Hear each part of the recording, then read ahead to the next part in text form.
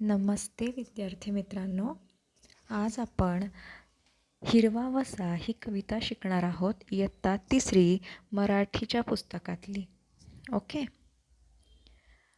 आता आपण कविता म्हणूयात आणि त्याचा अर्थ समजून घेऊयात. ओके. रिमझिम पाऊस सरसर झरे, डोंगराच्या अंगावर दुधाचे झरे. घाटातील रस्ता झिम्माड ओला, रानाने पांघरला हिरवागार शेला. पांढरे पांढरे धुके आले असे दाटून, झाडे वेली गेल्या थेंबांनी नटून.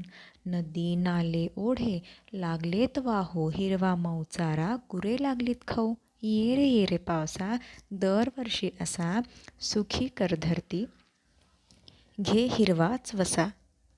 उत्तम सदाकाळ यांनी ही लिहिलेली कविता आहे. ठीक आहे.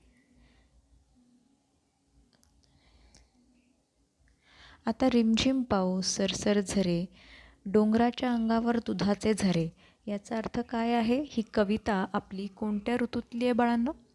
पावसाळा. हो की नाही? पाऊस पडतोय छान छान. कसा पडतोय पाऊस? रिमझिम पाऊस पडतोय. पाऊस कसा पडतोय? रिमझिम पाऊस पडतोय. आणि झरे कसे वाहत आहेत? सरसर झरे वाहत आहेत.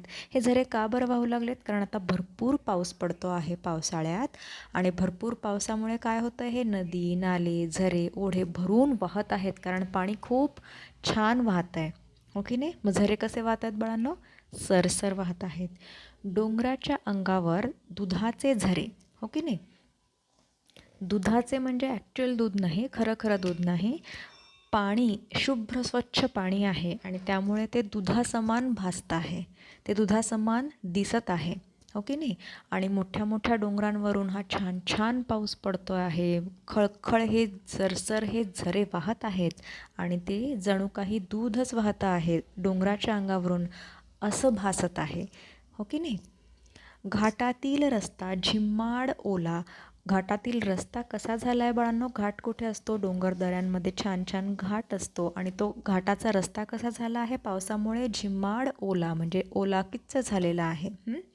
रानाने पांघरला हिरवागार शेला. रानाने काय पांघरला आहे? हिरवागार शेला. हिरवागार शेला म्हणजे खरा शेला, कापडाचा शेला का? नाही. तर तुम्ही लक्ष देताय ना सगळे? मी जे वाक्य म्हणते आहे ते तुम्ही तुमच्या पुस्तकामध्ये पहा. हो की नाही? रानाने पांघरला हिरवागार शेला. हा भरपूर पाऊस झाला आहे, त्यामुळे सगळीकडे झाडं वेली छान सुंदर बहरून आलेले आहेत. गवत छान वाढलेलं आहे आणि हे हिरवगार सुंदर नटलेलं आहे रान. रान म्हणजेच काय? वन, जंगल काय झाले आहे? छानपैकी हिरवगार झालं आहे. सगळी शेती, सगळे डोंगर, डोंगरावरची झाडे, गवत, सगळी सृष्टी कशी झाली आहे? हिरवीगार छान झाली आहे. कोणामुळे? पावसामुळे. आणि त्यामुळे ते काय दिसतंय? जणू काही रानाने काय घेतलं आहे अंगावरती? हिरवागार शेलाच घेतला आहे असं दिसत आहे. पांढरे पांढरे धुके आले असे दाटून, झाडे वेली गेल्या थेंबांनी नटून. धुकं कसं आहे बाळांनो? पांढरं पांढरं धुकं दाटून आले आहे. हो की नाही? भरपूर थंडी असते ना पावसात, त्या थंडीमुळे काय झालं आहे? छान छान पांढरं पांढरं धुकं दाटून आलं आहे.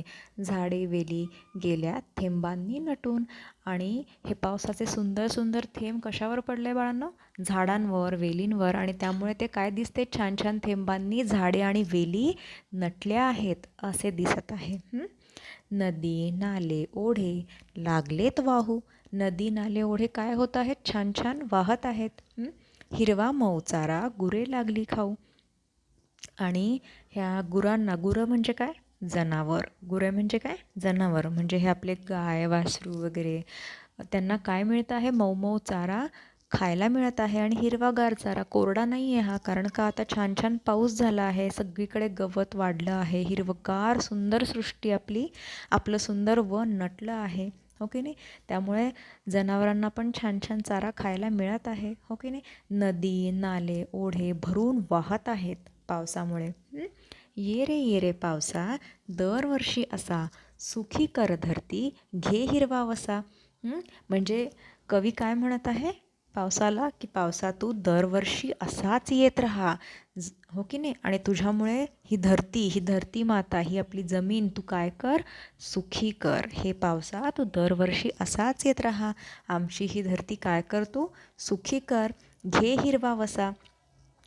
हिरवा वसा घे म्हणजे काय कर, तू आम्हाला दरवर्षी ये आणि दरवर्षी येण्याचं तू वचन दे आणि आमच्या धरतीला तू सुखी करशील असा हिरवा वसा तू आम्हाला दे.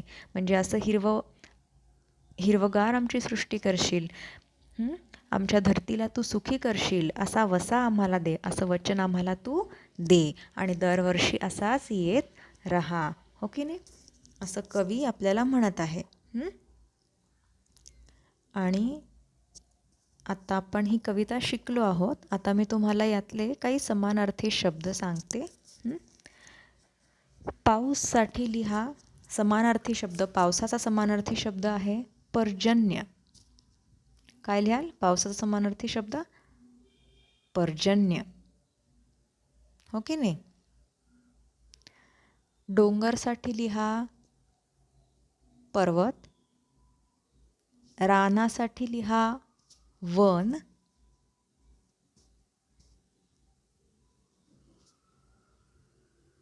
लिहिताय ना. झाडांसाठी लिहा वृक्ष. काय करायचं आहे तुम्हाला, पेन्सिल घ्यायची आहे. तुमच्या पुस्तकामध्ये मी जे शब्द म्हणत आहे त्याला तुम्ही काय करा, खाली एक रेघ मारा, खाली एक रेष मारा, म्हणजे अंडरलाईन करा त्या शब्दाला आणि त्या शब्दाच्या डोक्यावरती त्याचा समानार्थी शब्द लिहून घ्या. ठीक आहे. पहिला सांगितला होता मी पाऊस. पावसासाठी लिहा पर्जन्य. डोंगरसाठी अंडरलाईन करा, त्याच्या डोक्यावरती लिहा पर्वत. रान अंडरलाईन करा, त्याच्या डोक्यावरती लिहा वन. झाडला अंडरलाईन करा, डोक्यावरती लिहा वृक्ष किंवा वृक्ष लिहिलं, स्वल्पविराम द्या, लिहा तरू. ठीक आहे. नदीला अंडरलाईन करा, डोक्यावरती लिहा सरिता. नदी म्हणजे काय बाळांनो, सरिता.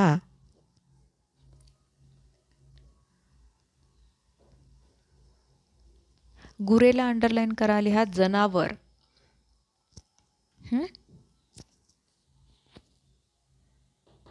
सुखीला अंडरलाईन करा, त्याच्या डोक्यावरती लिहा आनंदी. धरतीला अंडरलाईन करा, त्याच्या डोक्यावरती लिहा जमीन. आता मला सांगा बाळांनो, लिहिलं तुम्ही? आता मला सांगा, या कवितेतून आपण काय शिकलो आपण? की पाऊस हा आपल्या धरणीसाठी, आपल्या धरतीमातेसाठी, आपल्या सर्वांसाठी खूपच आवश्यक आहे. पावसामुळे सर्वजण सुखी होतात. का होतात सुखी? कारण भरपूर पाऊस आला तर काय होतात, झाडे वेली, आपलं हे जंगल सुंदर वाढतं, हो की नाही, बहरतं. आणि शेती काय वाढते, शेतीमध्ये काय वाढतात, पिकं वाढतात. शेती भरघोस शेती वाढते आणि शेतीमध्ये भरपूर पीक येतं, हो की नाही. झाडांना फळं फुलं येतात, हो की नाही. आणि धरतीमाता काय होते, सुखी होते. शेतीमध्ये भरपूर पाऊस पडला तर काय होतं, व्यवस्थित पीक येतं, हा ना. पीक आले की सर्वांना काय मिळतं, अन्नधान्य मिळतं. शेतकरी देखील सुखी होतो कारण त्याची शेती छान वाढते, हो की नाही. जनावरं सुखी होतात कारण त्यांना छान चारा मिळतो, पाणी मिळतं. आपल्या सर्वांना पाणी देतो पाऊस. देतो काय, देतो आपल्याला सर्वांना, सगळ्यात महत्त्वाचं म्हणजे पाणी देतो, हो की नाही. मग नदी नाले काय होतात, पावसामुळे भरून वाहतात. मग सर्वांना काय मिळतं, पाणी मिळतं. त्यामुळे पाऊस काय आहे, आपल्या सर्वांसाठी, आपल्या संपूर्ण पृथ्वीसाठी खूपच आवश्यक आहे. त्यामुळे कवी काय म्हणतो ह्या कवितेमध्ये, की पावसा तू दरवर्षी येत राहा, नक्की येत राहा आणि आम्हाला सुखी कर, हो की नाही. आणि याची प्रश्नोत्तरं मी पुढच्या व्हिडिओमध्ये लिहून दिलेली आहेत. तो देखील व्हिडिओ नक्की पहा. ठीक आहे. Bye bye.